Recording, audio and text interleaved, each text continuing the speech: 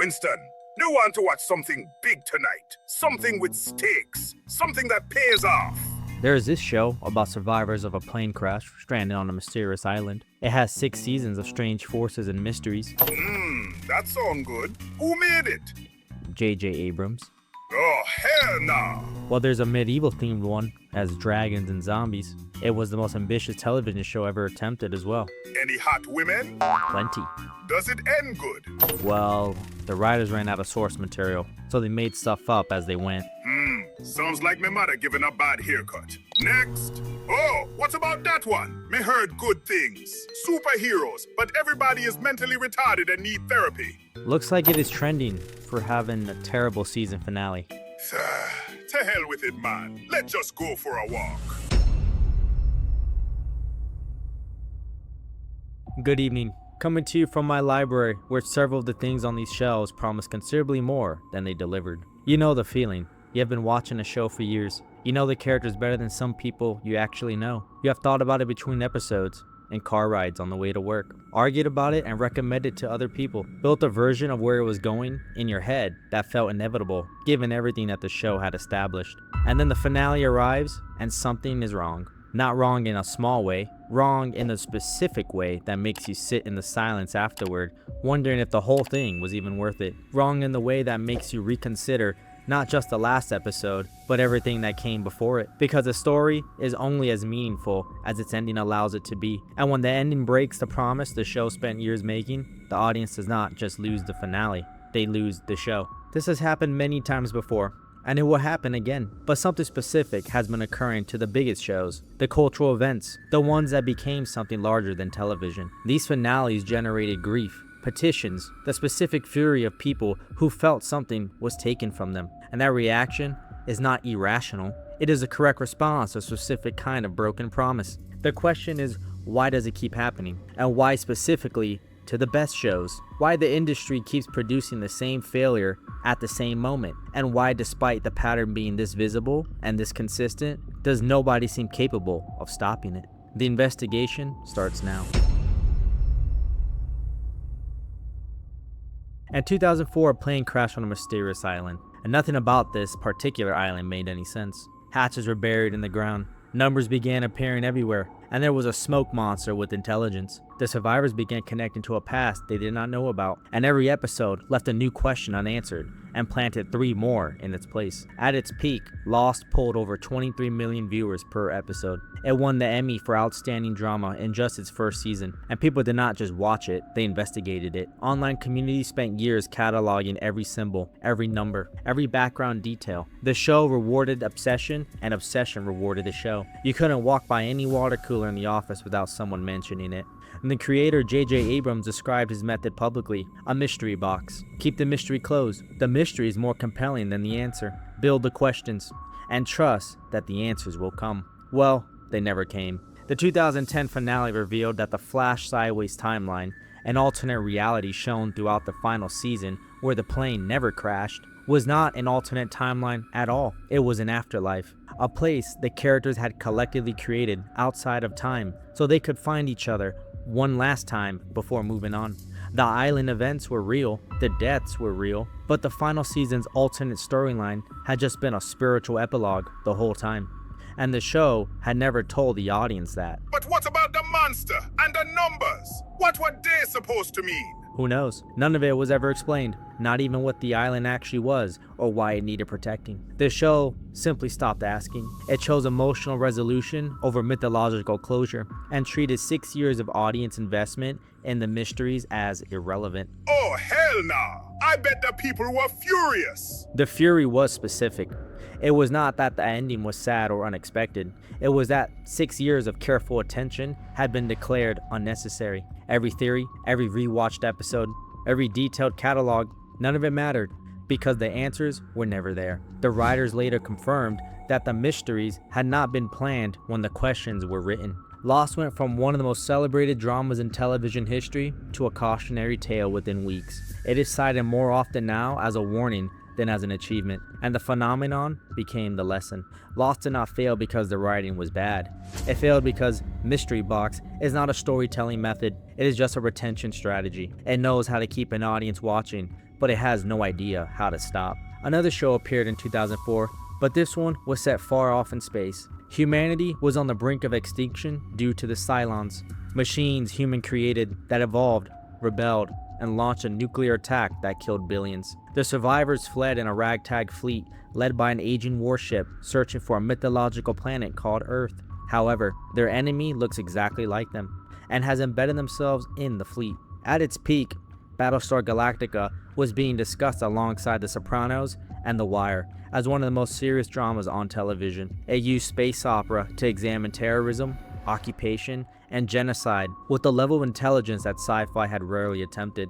Critics called it the best show on television, and everyone agreed. But the 2009 finale resolved its central mysteries through divine intervention. Literal angels guiding the survivors, a time jump landing the fleet on prehistoric Earth, a decision to abandon all technology and start humanity over. Then the show cut to present day, humanity cooperating alongside robots once again, with the suggestion that the cycle was beginning again. The audience that had spent 4 seasons engaging with the show's moral and political complexity received a conclusion that replaced that complexity with mysticism and then walked away. Is it me? Or does that sound a lot like Attack on Titan, man? The parallels are interesting because the fan backlash is almost identical to each other. In the final season, characters made decisions that contradicted years of established personality.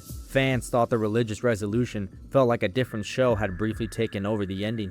It was a program held up as proof that science fiction could achieve genuine respect. However, it was that ambition without a planned destination that produced the same wasteland. The fleet ended up finding Earth, but the audience lost the show. Let's move up a decade to 2016. This story is set in a small town in Indiana. A boy has disappeared into an alternate dimension. His friends try to find him, but discover the government is involved.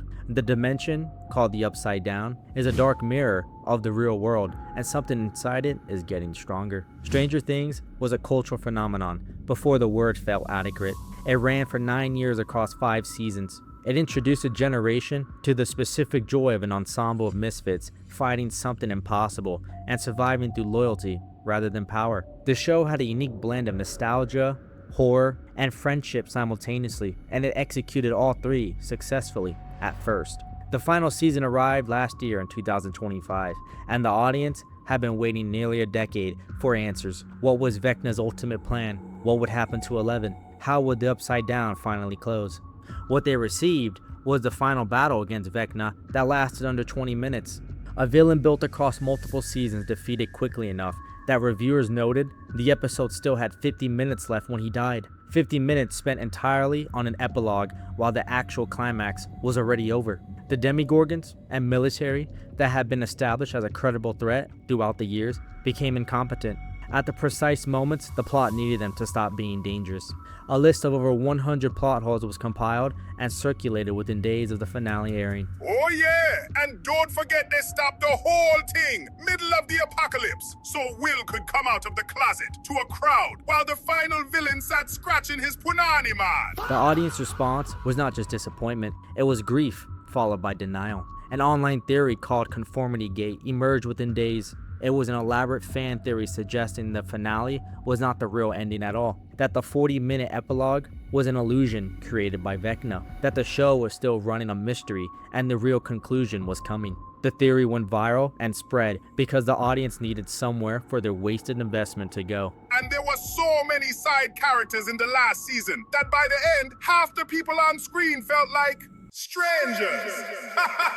You see what we did there? Oh, brother, this guy stinks! The executive producer had promised days before the finale that it was informationally and emotionally satisfying, a masterpiece. The audience was told what to expect, but what they received was something considerably quieter than what 9 years had earned. 2019, a world where superheroes are real, corporate, and completely corrupt, but a group of mostly powerless people decide to fight them anyway. At its best, The Boys was the smartest thing on television about unchecked power and celebrity propaganda. But when the final season arrived of spring of 2026, what was revealed was a laughable embarrassment. Homelander, a sociopathic narcissist whose entire characterization was built on the logic that he would destroy anyone who threatened his image. He was a character whose unpredictability was the show's most reliable source of tension. However, the finale made him predictable because the plot needed him to be manageable. Winston, what the hell was the point in Soldier Boy giving him the V1 if he was just going to leave and let him die anyway, man? Bad writing, Toombs. Look at the boys themselves. They are mostly ordinary people with no powers in a world of superhumans. Yet, they conveniently survive every encounter with increasingly thin justifications. The entire United States government is hunting them, and yet they move through the country like civilians running errands. Butcher is killed off through a contrived plot mechanism that felt manufactured to give the finale emotional weight it had not earned through story logic. The Gen V spinoff has an entire season built on the premise its characters would matter in the finale. They were essentially rendered useless. Its central character, Marie, was set up as someone capable of killing Homelander. They ended up sidelining her and is now pivoting to a prequel with Soldier Boy. The show that spent 5 seasons dissecting the superhero genre ended by committing the exact sins it spent 5 seasons identifying. The finale scored a pitiful score of 6.6 on IMDb. And for a show that had a decent track record, that rating is not just a data point, it's a verdict. Game of Thrones. You already know, everyone knows. It has been discussed, dissected, and mourned for nearly a decade, and nothing that I'll say here adds to what has already been said from everyone else. It remains as the most visible and most embarrassing example of a prestige television show collapsing under the weight of its own ambition. Season 8 exists now as a cultural shorthand. When a beloved show ends badly, people do not say it disappointed them. They say it pulled a Game of Thrones. That is not a legacy. That is a warning label. How I Met Your Mother ran for 9 seasons, and the entire premise was a father telling his children the story of how he met their mother. 9 years of build-up, 9 years of investment in that specific promised payoff. The mother was introduced in the final season. She was warm and funny, and everything the show had been building toward. Then the finale killed her off in minutes, and Ted ended up with Robin, his ex-girlfriend from season 1. The show spent 9 years telling you it was about one thing, and the finale revealed it had always been about something else. The audience did not just lose the ending, they lost the premise retroactively. Every season recontextualized by a conclusion that made the journey pointless. We have 6 shows, different genres of different eras, with different networks, and the same broken promise. And television is only half the story. Television does not have a monopoly on this problem. Cinema falls into the same trap often. Studios spend years building franchises on the back of audience investment and then collapse at the finish line with the same predictability. Spider-Man 3. Sam Raimi had a vision. The studio had merchandise targets. They forced Venom into a film that already had too many villains and too many unresolved threads. The result of that pleased nobody and ended one of the most beloved superhero trilogies of its era. Fox Studios' X-Men, The Dark Phoenix Saga, is one of the most celebrated storylines in comic book history. Hollywood has attempted to adapt it twice and failed both times miserably. They used the same source material a decade apart and received the same result. The second attempt in 2019 was so poorly received, it effectively ended the entire franchise. The Dark Knight Rises is not universally considered bad, but following The Dark Knight, one of the greatest films ever made, was going to be a struggle. The previous film had calibrated expectations so large that the bar was never going to be cleared. Then Disney Star Wars. They made a new trilogy and generated billions of dollars on just reputation alone. However, The Rise of Skywalker arrived and generated the same conversation Game of Thrones had started a few months earlier. It was rushed, contradictory, and had a finale that undid its own setups in real time. Now, there are exceptions. The Lord of the Rings ended exactly as its audience deserved. Return of the King remains the standard every franchise finale is quietly measured against, and almost none of it ever reach it. The question to that is why. The pattern is too consistent to be a coincidence. We see the same failure at the same moment, and it results in the same audience reaction. There are reasons this keeps happening, and none of them are flattering to the people responsible. The first is the mystery box method. J.J. Abrams described his creative philosophy publicly. Build the question, worry about the answers later. The mystery is more compelling than the resolution. Just try to keep the box closed as long as possible. Lost's own writers admitted they never intended to answer every question the show raised. Game of Thrones shifted the moment the source material ran out from a logic-based narrative to a series of obligatory plot points someone needed to connect. The box was pretending to be full the entire time, and when it finally opened, the audience discovered the writers were relying on hope and a prayer that something would appear. But Winston, don't the studios have the most to lose in having a bad finale? That's a good question. Logistically, finales are commercially the least important episode a show will ever produce. The finale no longer needs to retain the viewer's attention or goodwill because they will not be coming back each week to watch the next episode. The audience has already subscribed, already bought the merchandise, already generated a cultural conversation that made the show profitable. The betrayal arrives after the transaction is complete.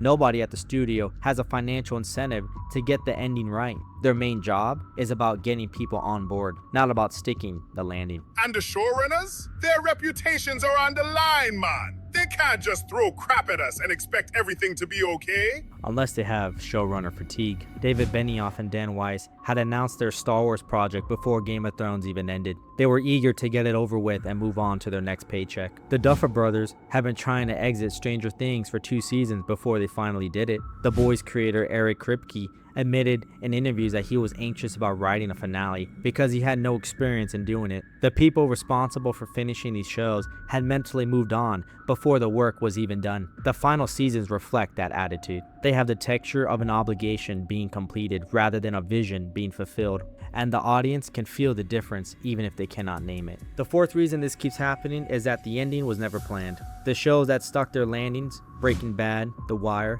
had creators who knew where they were going before they started. Breaking Bad was a laser-focused look at one man's moral breakdown, so his eventual fate felt earned and fitting. Vince Gilligan mapped the ending first and wrote toward it. The shows that failed were making it up as they went and ran out of road at the exact moment the audience was most invested in the destination. And then finally, the one nobody in the industry wants to acknowledge is that the audience's expectation might be unreasonable. Mutt, it not me fault me expect everything to be as great as Lord of the Rings. When Game of Thrones builds an ice zombie bastard for 8 seasons and then beat the piss out of him in 1 episode, what else is me supposed to think? That is because we were calibrated that way by the show itself. Every season of Game of Thrones demonstrated that setups had payoffs and consequences were logical. Every season of Lost rewarded obsessive attention. The audience did not invent impossible standards. They just applied the show's own standards to its conclusion, and the conclusion failed to meet them. The shows that worked, the rare exceptions, all share one quality. The ending was earned because it was planned. The investment paid off because someone knew what they were investing in before they asked the audience to follow them. Most shows do not know this, and the audience pays the price for that every single time. The studios rake in their money, and the writers move on to their next project, leaving the carcass of what was left behind. So if you made it this far, you already know what kind of person you are. You are the one who notices the pattern before anyone names it. You watch the same finales everyone else watched and feel a specific frustration of someone whose investment was handled carelessly by people who had already moved on. That is who this channel is for. The quiet observers, the overthinkers, the people who find it both interesting and frustrating when the thing everyone else missed turns out to have been visible the whole time. If that sounds like you, consider subscribing, and until we meet again, my library will remain open. And if you do not subscribe, me will know. Me sees everything. Me is kidding. Subscribe!